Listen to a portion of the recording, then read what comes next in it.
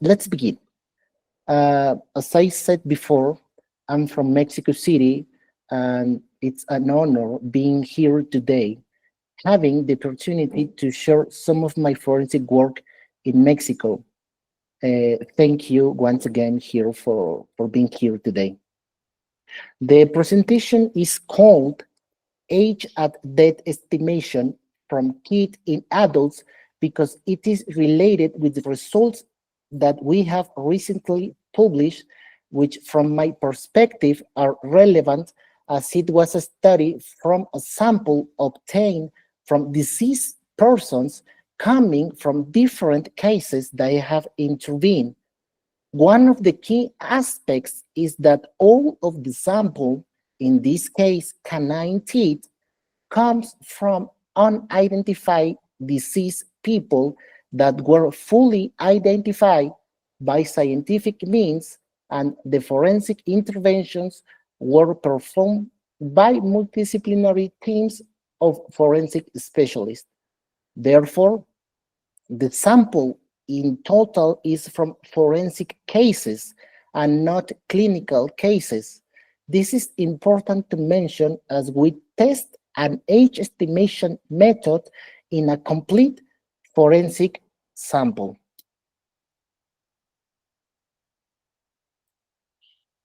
The paper was published last June and it's an open access paper.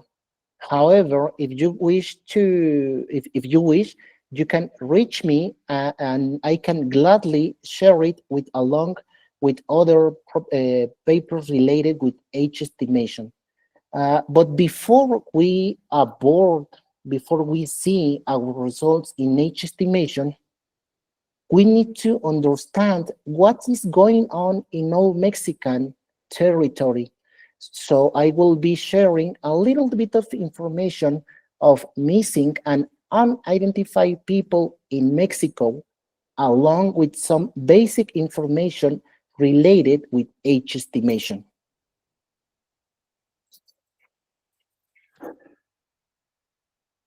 Mexico is currently experiencing a situation called a forensic or the forensic crisis, which is a consequence of the beginning of the so-called war against drugs that began in 2006. The government and human rights organizations state that at least over 100,000 people are missing in Mexico. From 2006 to 2021, local and federal authorities discovered at least 4,000 clandestine graves or illegal graves throughout Mexico. Some of the missing may have been killed and buried in these illegal graves made by the police, the military, or criminal organizations. Between 2006 and 2020, at least 50,000 bodies were managed, studied, or intervened by the forensic services without proper identification. Therefore, many of the disappeared have been buried in common graves after the forensic services declared them unidentified or unclaimed. So, what is identity? Identity is a combination of characteristics that define a person as unique. Each individual is distinguished by a set of facial and morphological features, size, racial affinity, sex, clinical history, pathologies, and of course, age. All these elements together, these characteristics enables the recognition of an individual. So age is part of the identity of a person, in this case, a missing and unidentified person. In practice, state of law recognizes the existence of a person from the moment in which he or she has a legally endorsed name through process that must be complete throughout life, such as legal registers, fingerprints, and identification cards. Nowadays, the issue of identity is the object of study of medical legal science, either when it involves human remains or when living individuals must be identified.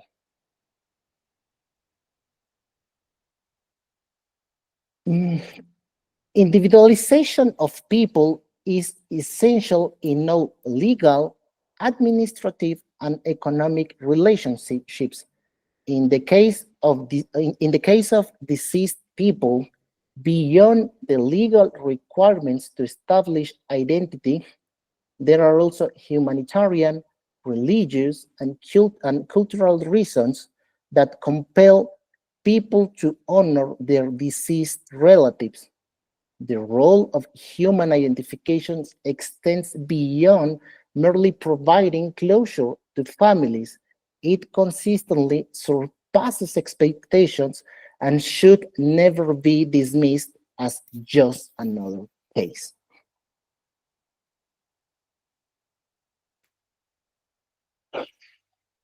The unknown fate of a missing relative impacts the entire family and potential a community. Families persistently search until they exhaust all options and receive definitive information about their loved ones' whereabouts. Many families expect the worst, but mostly they just want to know what happened to finally find closure.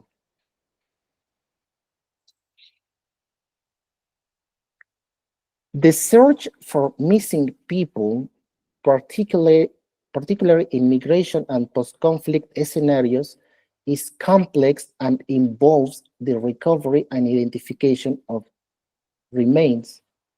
It is often uncertain whether the individuals are alive or dead, and in cases of death, their remains may not always be located or returned to their families, with many likely never being found. Nowadays, organized crime greatly complicates the human identification efforts, but not only taking lives, but also by dismembering, burying, and destroying the remains. Uh, in this image, this example illustrates our current challenges, analyzing, identifying, and individualizing bone and dental fragments that have been heavily damaged by heat and extensive fragmentation. While not all cases exhibit these features, it is a common issue that we currently encounter. Uh, it is important to remember, especially in Mexico, that the high number of missing people obstructs to keep following each particular case. Plus, the overwhelming workload, limited police and forensic staff, and their lack of training often lead to delays of results in identifying people who have likely been found but not yet fully identified by scientific means. The Mexican government made an effort to address the national crisis that began almost 20 years ago. So in 2017, the state created the National Search Commission as a Mexican government agency dedicated to search and locate the missing persons. This as a response of the significant national missing people crisis. After this, in 2019, aiming also to address the forensic crisis in human identification, the Mexican state announced the creation of the extraordinary forensic identification mechanism. This initiative was managed by the United Population Fund in order to give independence to the project. Unluckily for the families of the missing and unidentified deceased, the very same Mexican state that established these organizations is now attempting to dissolve them.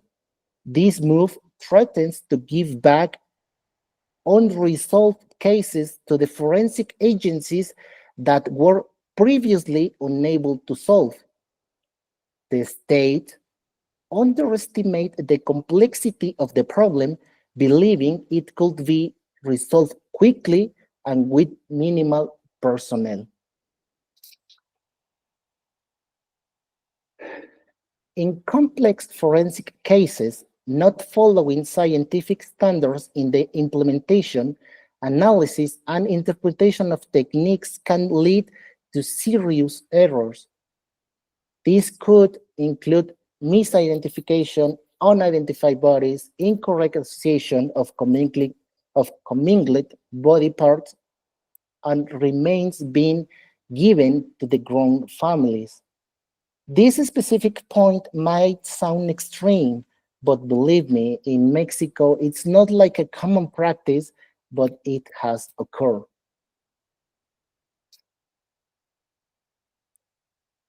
According to Interpol criteria and other international protocols, under no circumstances can a victim be identified solely through visual recognition. Visual recognition, belongings, medical or anthropological findings are not means of scientific identification. However, they are important to reinforce human identification through scientific methods. We need to remember that the human identification process is precisely that, a process, not a single method. While there are exceptions, I do not believe that it is appropriate for this to become a routine and a definitive practice. We cannot also forget that the human identification process must respect the customs of the host country and perform the rules within the country's guidelines, maintaining professionalism and dignity towards the bodies. It is crucial to always uphold respect toward the bodies, not only in massive disasters, but in any single or multiple event. Respect and dignity towards corpses are fundamental international humanitarian rights. Uh, Now, to address a final comment on this serious topic of missing persons and human identification, I would like to share this quote that goes, despite all efforts, not all missing persons will be found, and those who have been located, not all will be identified. This is a harsh reality, especially in Mexico, which is influenced by two major factors. First, the growing power of organized crime complicates the forensic efforts. And second, the errors and poor practices in forensic services.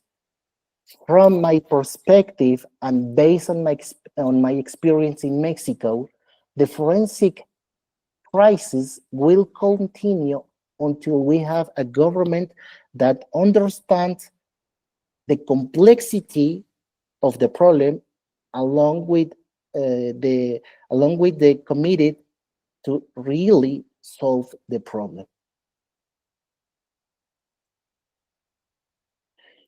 Now, how does age estimation is related with human identification? Well, age at death estimation remains challenging due to the uncertainty involved in method selection and the challenge of making an optimal decision, especially in criminal cases and mass disaster scenarios, where the bodies or skeletal remains are often commingled or incomplete. However, forensic estimation of age at death faces issues of time and cost. One of the major aims of forensic specialists is to achieve an accurate, non-destructive method of age at death estimation with an acceptable margin of error that narrow the list of missing persons for presumptive identification. Now, let's address the mandatory question. What is the best method to estimate age? If such a method even exists, the answer is not simple and may not be a correct answer. Another question can be, are the methods published by Cameriere the only ones that we should be applied in any context and at any stage of life? And the answer is no. There is no single correct answer to the question. The key is to consider the context in which age estimation is being conducted and to uphold the rights and dignity of the individual whether they are alive or deceased. It is essential to not rely solely on one method, but to explore several methods that may be applicable to the specific case, depending on the person's stage of life.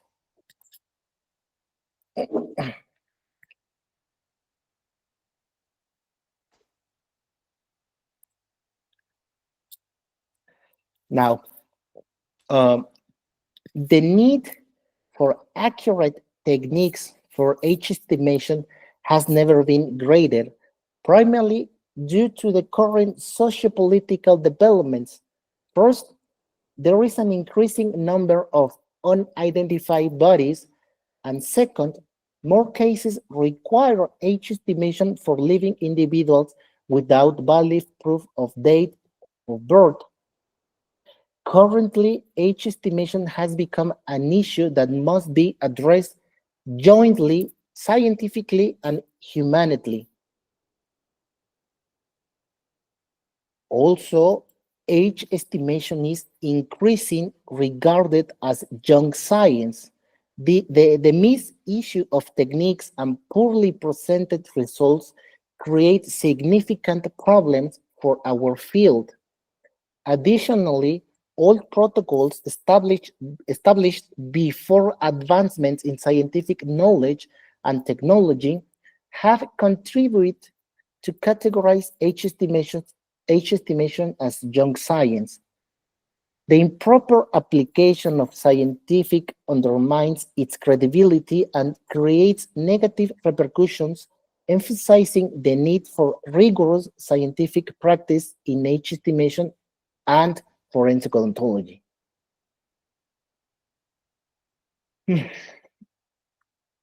In adults, age estimation is more complex because changes are gradual and subtle. However, among all available methods, those based on tooth structure yield better results. Studies on known populations have shown that dental parameters provide more accurate results than those from examining bone parameters. Now, on any given age estimation method must be scientific based. So, first, the method must be transparent and provable with underlying data presented to the scientific community in peer-reviewed journals. Second, clear information concerning the accuracy of age estimation by the method should be available.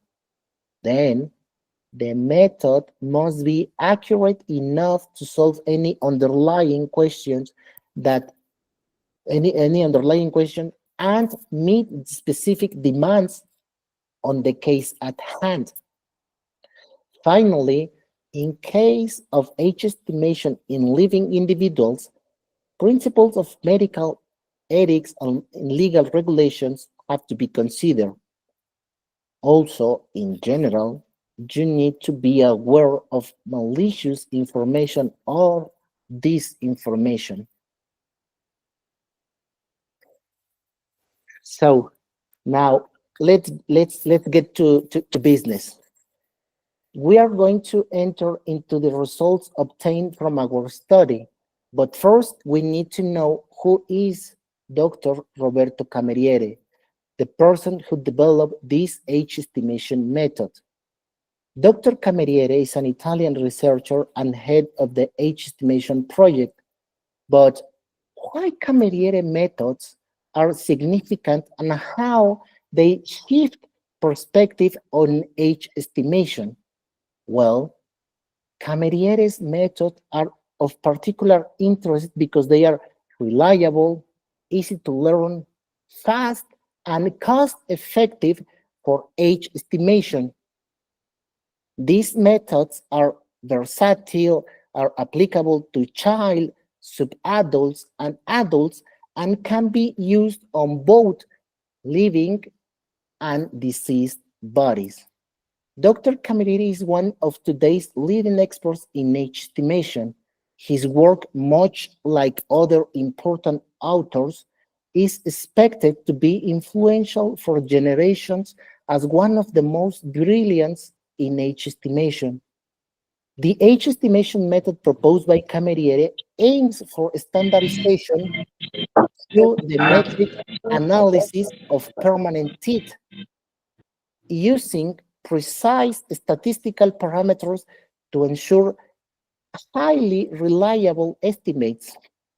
These methods are being applied in various international forensic contexts to test their reproducibility across populations different from the original ones. Now, let's begin.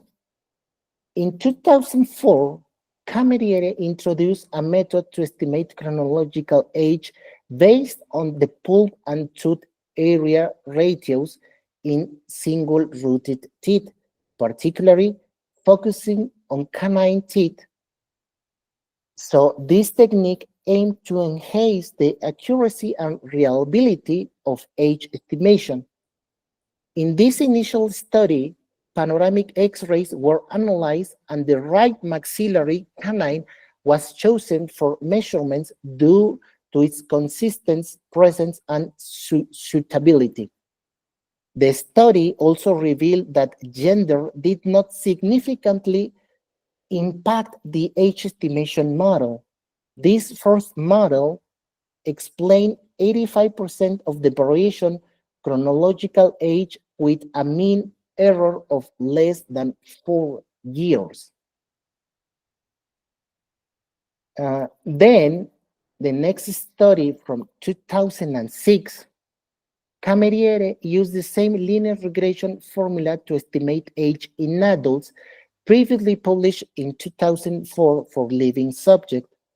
This 2006 study had the objective to verify if the previous proposed method could also be used in skeletal remains. The result of this study showed high agreement between the estimated age through anthropological methods and the pulp area methods, proving that the equation is effective to estimate the age of death in historical subjects. Now, unlike the previous two studies where the method was tested using panoramic radiographs, in 2007, the method was applied to a contemporary sample, but this time using periapical radiographs of upper and lower canine teeth. This 2007 study was carried out on a sample of 200 periapical radiographs of upper and lower canines. The results in this study provide two linear regression models to estimate age for upper and lower canine.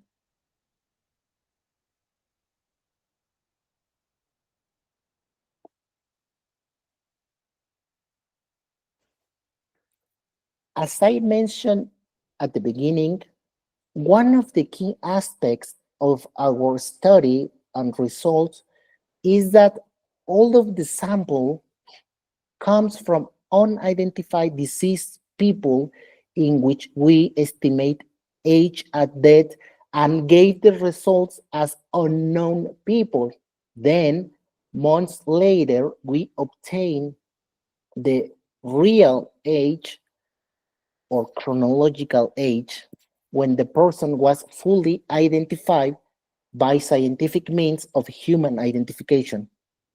Also, the aim of our study was to determine the intra and inter-observer agreement between five forensic persons in blind trials in order to assess whether reliability and reproducibility can significantly reduce errors in estimated the age of a person.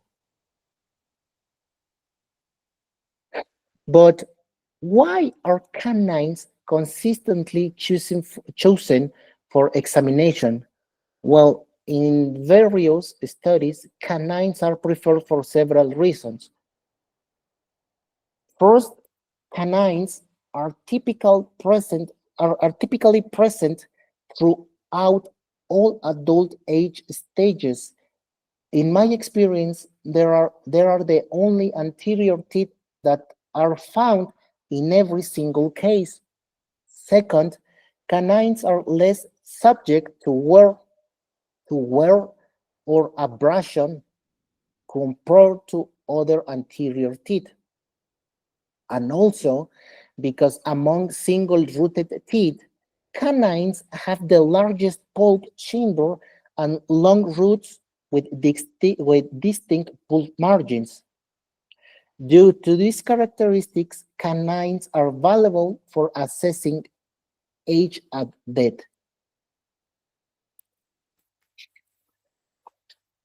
Forensic personnel require precise age estimation techniques for efficiently match missing person information with unidentified deceased persons.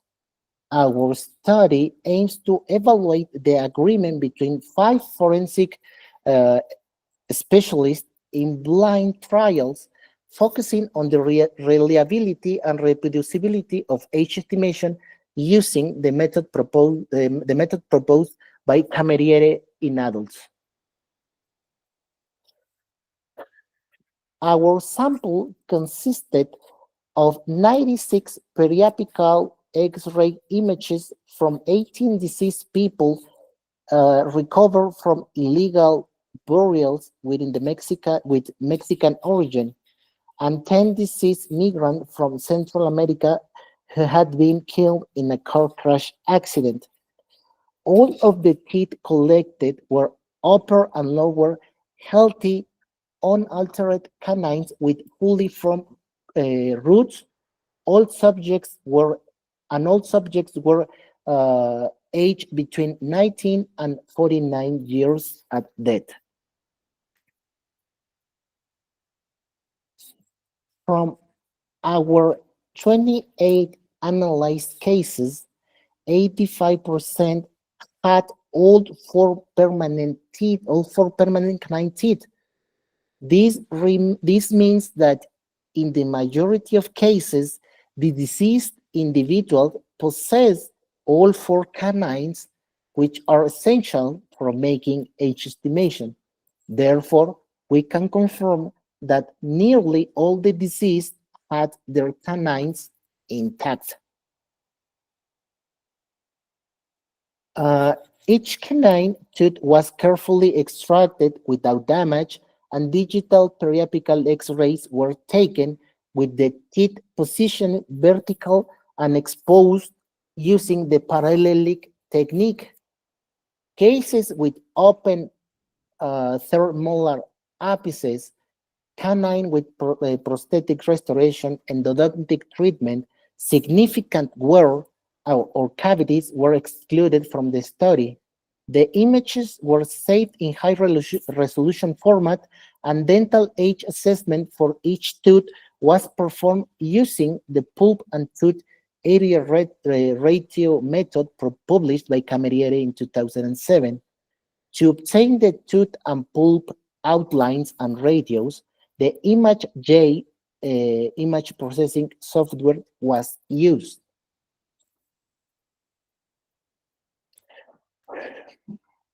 The five, the five observers were from four different nationalities: Italian, Russian, Japanese, and of course, Mexican. Each with over 5 years of experience in forensic anthropology or odontology. All observers had experience in performing the age estimation method. The first observer, who collected the data for the entire sample, was aware of the chronological ages, while the other four readers conducted blind age date estimation to assess intra and inter observer reliability. The analysis evaluated both absolute agreement among the five observers and consistency of repeated measurements. Age at death estimates were compared to chronological age via linear regression, and error parameters were calculated with a significance level set at 5%.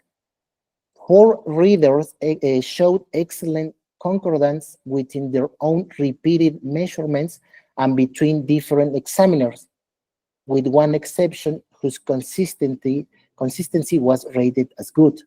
These results suggest that the method is highly reliable, as the majority of results are consistent within and across examiners. Both intra and inter concordance levels are predominantly excellent, indicating a strong reliability and consistency in the Cameriere's age estimation method for adults. Our study also demonstrate satisfactory intra and inter-observer agreement based on the good to excellent correlation coefficients, indicating that Cameriere's age estimation method can be confidently reproduced both by the same evaluator and at different times and by different evaluators.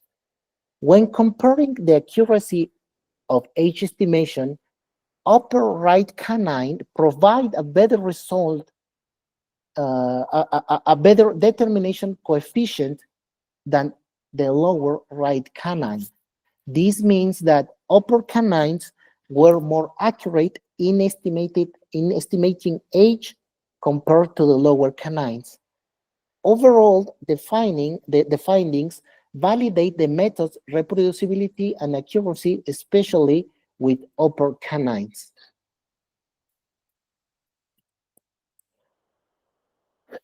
Radiology has proven being has proven being invaluable for postmortem age estimation in victim identification, particularly within forensic odontology. Several techniques have been developed to estimate chronological age based on the relation between age and morphological changes in the teeth, especially changes in pulp and tooth area ratios. However, relying on a single tooth for age assessment can introduce errors. So, for accurate results in forensic context, it is essential to analyze as many teeth as possible. In this case, we suggest that at least two canines being necessary to apply Cameriere's age estimation method. In our study, All four canines from the deceased individuals were analyzed. The original linear regression model published by Cameriere in 2007 for upper and lower teeth was applied to the entire sample without modifications. One of our objectives was to follow international best practices by validating the method and results with at least a second observer. This approach emphasized the importance of both intra and inter reliability in ensuring accurate and consistent outcomes. A critical challenge in forensic age estimation is interpreting results, as different methods often give different outcomes. Providing a single result for legal purposes can be challenging due to the potential for error across techniques. Our approach consolidates forensic practices by averaging results from the four canine teeth of the same person with the specific standard deviation calculated for this method.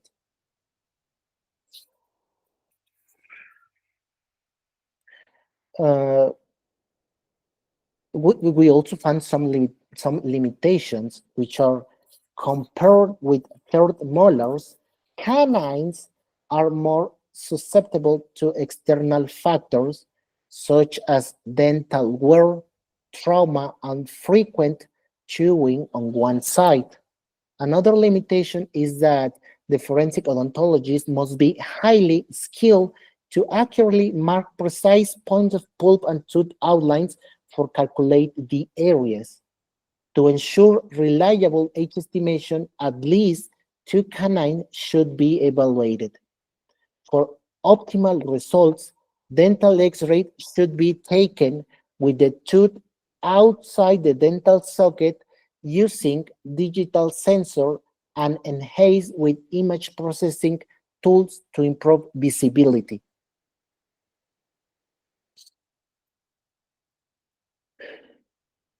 Cameriere's pulp tooth method is less subject to bias or subjectivity, as it is a quantitative method that allows the sharing of digital X-rays with experienced observers worldwide, enabling accurate and precise estimation as long as the sample is properly obtained and processed using the correct methodology.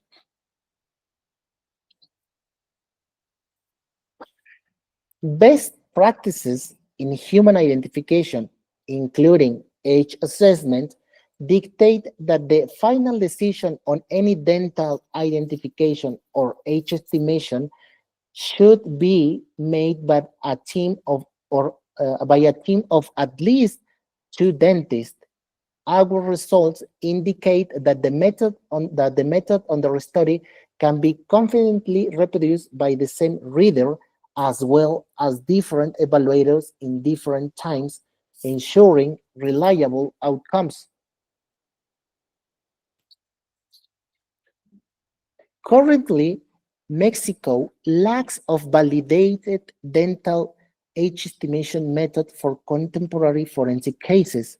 Therefore, our results are highly relevant for further research as they provide an opportunity to test and verify a method that doesn't rely on a complex or expensive equipment. I would like to mention that Mexico also lacks of protocols for interventions that require age assessments in either living or deceased persons. Therefore, it is important to validate age estimation methods that have sufficient scientific support and that can be applied to contemporary forensic samples.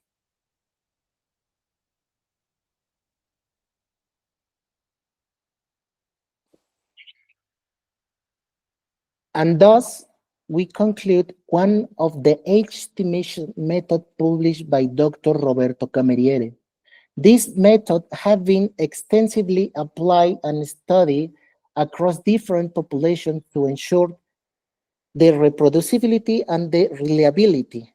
The original formulas have not required significant adjustments, underscoring the versatility for application across diverse contexts.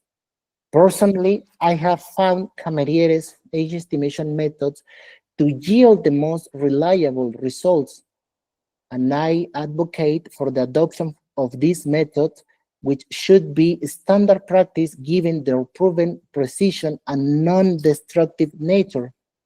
Moreover, their simplicity of application requiring only a single X-ray underscore the potential utility. Thank you for your kind attention, and please visit our social media in which we constantly are uploading our events on age estimation. Thank you for your kind patience and attention.